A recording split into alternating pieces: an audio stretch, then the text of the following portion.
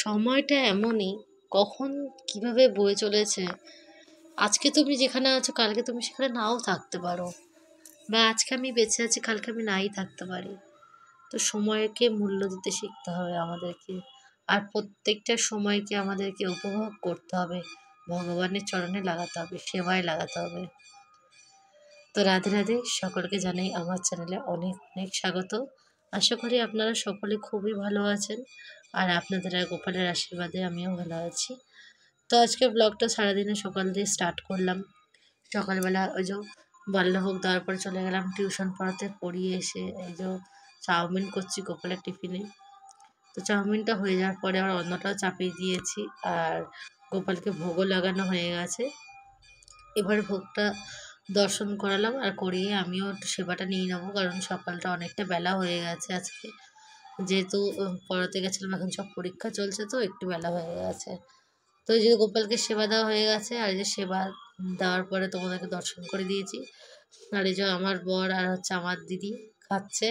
তো ভাবলাম একটা ভিডিও করে নিই। ওরা তো খুব বদমাশি করছে, আমি বলছি কিরে ভালো হয়েছে, বলছে হ্যাঁ ভালো হয়েছে।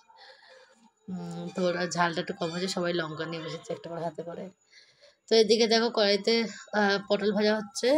পটল ভাজা হয়ে যাওয়ার পরে আর এদিকে উচ্ছালও ভেজে নিচ্ছি। আজকে অনেক আইটেম আছে, ওই জন্য একটু সময়ও লাগবে, কিন্তু বেশি ভিডিও করতেও পারছি না, কারণ অনেক সময় লাগবে। তাহলে ভিডিও করলে রান্না করতে অনেক দেরি হয়ে যাবে। তাই আজকে ভোগ লাগাতে লাগাতে প্রায় 1টা বেজে গেছে।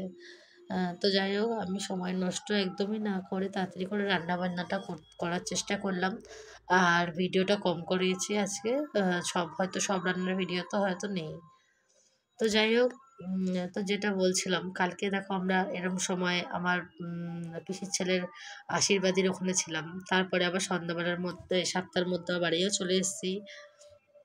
আবার আমার যে দিদি এসেছিলো, সে দিদি আবার আমাদের বাড়িতে এসেছিলো, আবার চলেও গেল। তো সময়টা কি বলো, আজকে যেখানে আছো তুমি কালকে তুমি সেখানে নাও থাকতে পারো, বা আজকে আমি বেঁচে আছি কালকে নাও থাকতে পারি। সময়ের চক্র খালি চলেই যাচ্ছে, কারোর জন্য সময় কিন্তু দাঁড়িয়ে থাকে না। তাই জন্য আমাদের কিন্তু সময়কে উপভোগ করা উচিত, তাই না? নিজেদের সব কিছুকে ভগবানের সেবায় লাগানো উচিত, এটাই আমাদের মূল ধর্ম। তো যাই হোক, এটাই তোমাদেরকে বলছিলাম যে সময়টা কিভাবে পার হয়ে যায় মানুষের জীবনে। হ্যাঁ, মনটা ভীষণ খারাপ লাগছে, চলে গেছে তো বাড়িটা ফাঁকা ফাঁকা লাগছে। তো যাই হোক, আর কি করে যাবে, সবারই সংসার আছে, যেতে তো হবেই। তো যাই হোক, তারপরে দেখো ওইদিকে ডালের বড়াগুলো কিন্তু আমার হয়ে গেছে, আর এদিকে ফুলকপির বড়া হবে, বেগুনি হবে, তারপরে তোমার বড়া দিয়ে ঝোলও হবে। তো অনেক রান্না বান্না ছিল আজকে, বললাম তোমাদেরকে, একদম দেখানোর সুযোগ বা টাইম কিছুই পাইনি। মানে এতটাই ব্যস্ততার মধ্যে রান্না বান্না করতে হচ্ছে, আর দিদি চলে যাবে বলে আরও তাড়াতাড়ি করছি, ও একটু প্রসাদ খাবে। তো ওই জন্য আমি তাড়াতাড়ি করে টরে নিলাম। আর এদিকে দেখো বেগুনিও হয়ে গেছে, ফুলকপির বড়া হয়ে গেছে, আর এবার শুধু বাকি আছে পাঁপড় ভাজবো। আর পাঁপড় ভাজা হয়ে গেলে আবার তোমার গোপালকে সেবা দিয়ে দেবো শসাটা বানিয়ে।